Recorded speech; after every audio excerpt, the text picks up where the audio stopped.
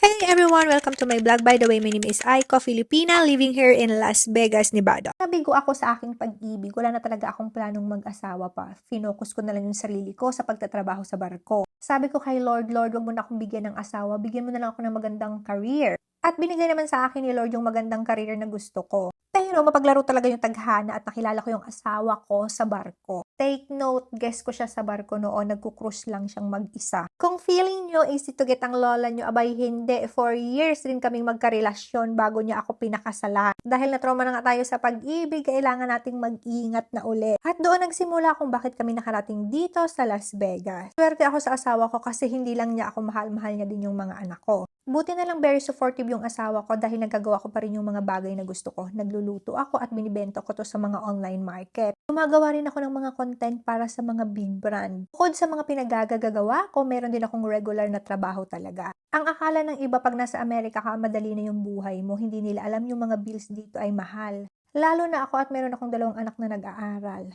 Maswerte ka kung yung asawa mo is matulungin at 2 kayong nagsisikap para masustain yung pangangailangan nyo sa bahay at makabayad kayo ng mga bill. Dalas ng mga tao dito na nakikilala ko, wala na silang time para makipagtsikahan sa isa't isa kahit nga kapitbahay nyo. Marami nagsasabi, uy, nasa Amerika na yan, mayaman na yan. Hindi, nagkakamali ka. Mga tao dito masisipag lang talaga sila. Alam nila yung priority nila, kaya naman sila nakakapag-travel at kung saan sila nakakapunta kung gugustuhin nila. Dito sa Amerika dapat masipag ka kasi nga mahal yung mga bilihin at marami talagang gastos. Dapat madiskarte ka, kaya ako ginagawa ko talaga lahat ng paraan para kumita ng pera at makapagpadali rin sa aking pamilya na nasa Pilipinas. Sasabi ko dito sa Amerika, yung mga Pilipino sobrang sisipag talaga nila. Lahat ginagawa nila para sa pamilya. Kaya nakakabilib talaga yung mga Pilipino na nasa ibang bansa. Kung gusto niyo pa ng maraming chikahan at updated sa life ko, huwag kayong mag-alala dahil isi-share ko to sa aking page. Kaya i-follow nyo na ako. Salamat!